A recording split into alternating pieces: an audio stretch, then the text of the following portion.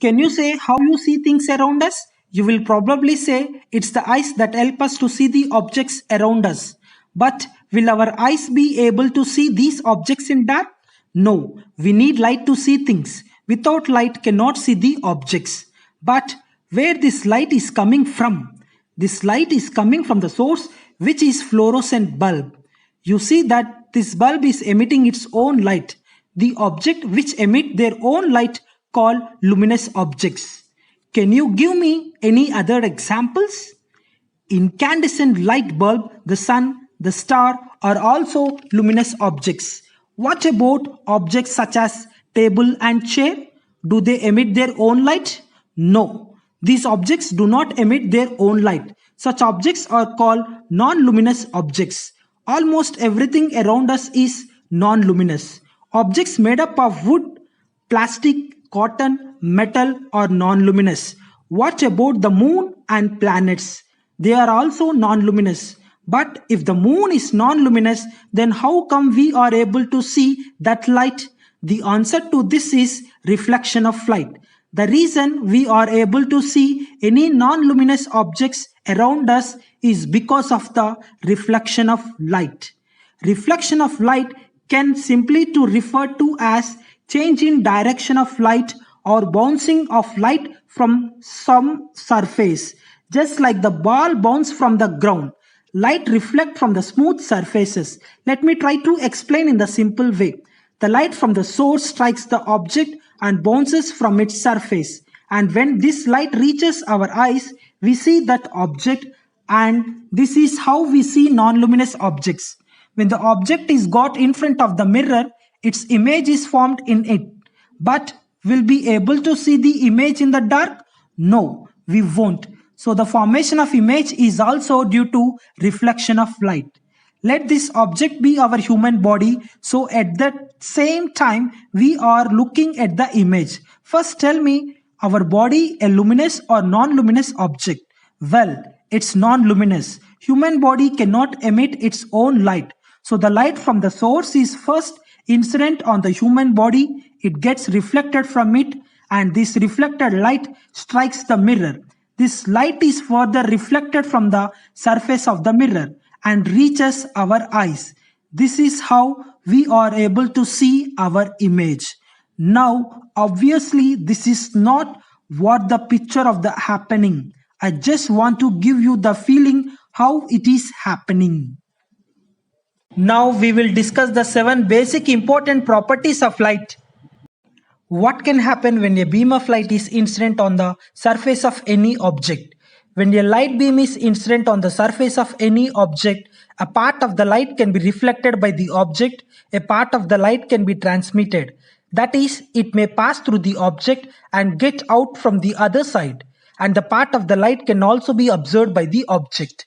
The amount of the light reflected, absorbed or transmitted depends on the material of that object is made up of.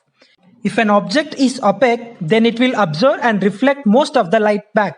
If it is transparent, more light will be transmitted. Can you think of an example for these two? The surface of the mirror is shiny and opaque, and most of the light rays are reflected from it. On the other hand, glass is an example of transparent object. It will transmit most of the light. So, what is refraction of light? Here, how we define in simple words. It's simply bending of light when it travels from one medium to another. Yes, if it is incident at this angle, then goes through at another angle. Do you know how a rainbow is formed? A rainbow is formed due to the phenomenon of dispersion of light. To understand what is dispersion of light is, let us perform an activity. For the activity, you need a prism, a white sheet and a cardboard with a small hole at its center. Place the cardboard at the position such that the sunlight falls directly on it. Next, keep the prism such that the light passing through the hole of the cardboard falls on the surface of the prism. At the other end of the prism, fix the white sheet as shown. As the sunlight passes through the prism, you will observe the beautiful band of colors appearing on the white sheet. If you look at these colors of the band from at the bottom, they are in the order violet, indigo, blue, green, yellow, orange, and red. The sequence of colors can be remembered by the acronym VIBGR. The light coming from the sunlight was white light. Are you wondering where the beautiful band of colors appear? Actually, the white light consists of 7 colors, mainly violet, indigo, blue, green, yellow, orange, and red, which we saw as a band of colors. When the white light coming from the sunlight falls on the prism, it splits this incident white light into its constituent colors. The splitting occurs because different colors of sunlight bend through different angles with respect to the incident ray. When they pass it through the prism, the red light bends least while the violet bends the most. Thus, the rays of each color emerge along different paths and distinctly visible. Thus, we able to see beautiful band of colors. This phenomenon of splitting of white light into its constituent colors through a prism is known as dispersion of light. The band of constituent colors is known as spectrum. This phenomenon was first discovered by Sir Isaac Newton. Now we understood what dispersion of light is. Interference. Consider a ball needle S1 moving periodically on the surface of water. The source will generate same quality waves periodically in all directions. If we look at the side view, the waves look in this way. The waves have crests and troughs repeating periodically. The maximum height of the head or trough is known as amplitude of the wave. Since this wave is periodic in nature, it will have phase angle. Diffraction.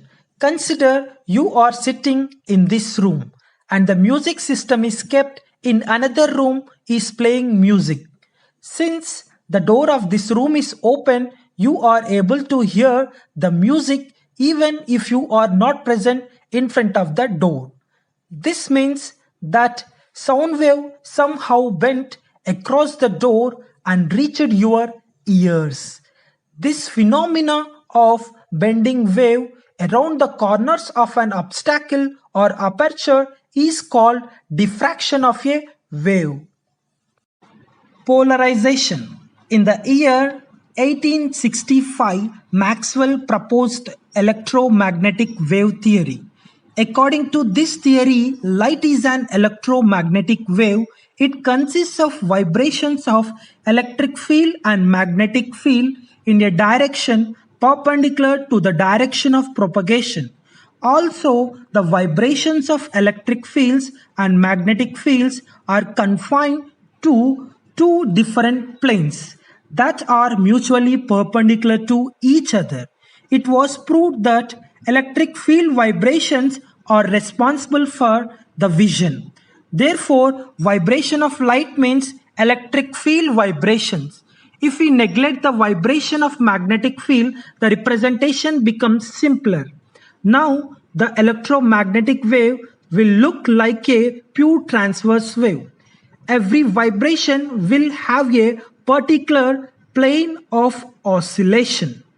The oscillation can be this direction, and even in this direction. We know that electromagnetic waves are produced by excited atoms. A particular atom may produce electric field vibrations in this direction. Its neighbor produce vibration in this direction. Similarly, different atoms of materials can produce vibration in variety of directions. Due to this, a common source of light like incandescent bulb, candle flame, fluorescent lamp, etc. emit light that have electric field vibrations in a number of directions. This type of light beam which has vibration in more than one plane is called unpolarized light. Similarly, a light beam which has vibrations in only one plane is called polarized light.